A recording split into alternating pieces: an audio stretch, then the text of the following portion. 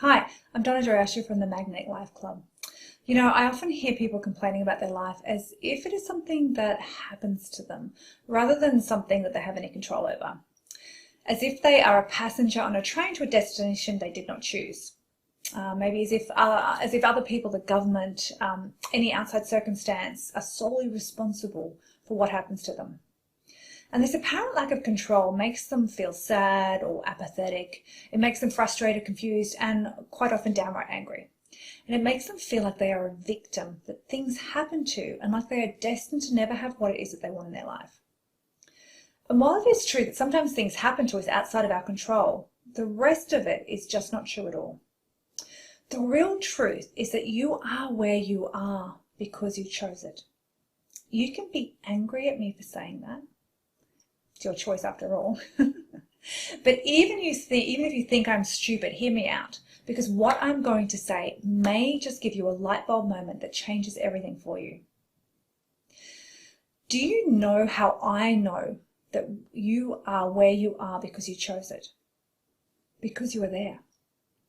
There is nothing in this world that makes us more or less powerful, or more or less worthy, or more or less righteous than any other person except us. At the end of the day, we are where we are, and we have what we have because of choices we have made and actions we have taken. Sometimes that choice and that action is to not choose or act at all, but it's still your choice. And yes, sometimes stuff happens to us that is outside our control, but how we respond to it is ours entirely. How we think about it, how we look at it, what we do from there. We're solely responsible for our life, and yet so many people seem to be totally unaware of that fact. Once you realize that, and that you own that you are the predominant creator of your life, you will be able to take back the control that you gave away and start flowing towards what it is that you want. Now, some of you listening to this may already have realized that your life is your responsibility and be actively trying to manifest an amazing life, but just not seeing the results. So why, if you get to choose, are you not in a place that you want? Well, one of the main reasons that I see is that you have a limiting belief that is in conflict with what you consciously desire. So, for example, you might desire a life full of financial abundance, and yet as a small child, you were taught that money is the root of evil.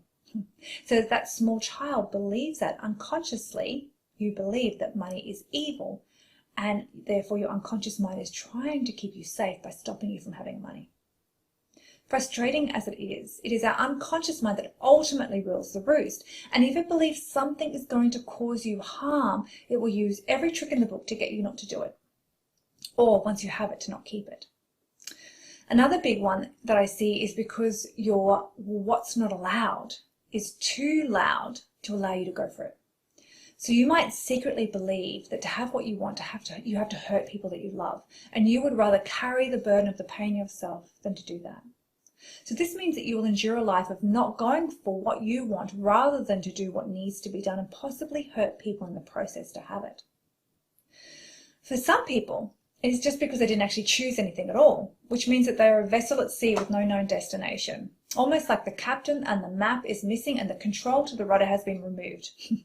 They flounder through life with no direction, wondering why they feel so dissatisfied. One of the weirdest ones that I see of all is why people seem to keep choosing situations that are not good for them, like abusive relationships. Normally this is because what they keep moving into is a situation they survived as a child. And while they don't consciously desire this as an adult, their unconscious mind knows it can survive it because it survived it before. And it's not willing to try anything new because it doesn't know if it can survive that. Now, consciously, we're like, that doesn't make sense. But the unconscious mind is the realm of emotion, and it's the realm of automation, and its sole job is to keep us safe. So if it knows it can survive something that consciously we think is a shitty situation, it will choose it time and time again, because it doesn't know if it can survive the thing that consciously we think would be amazing.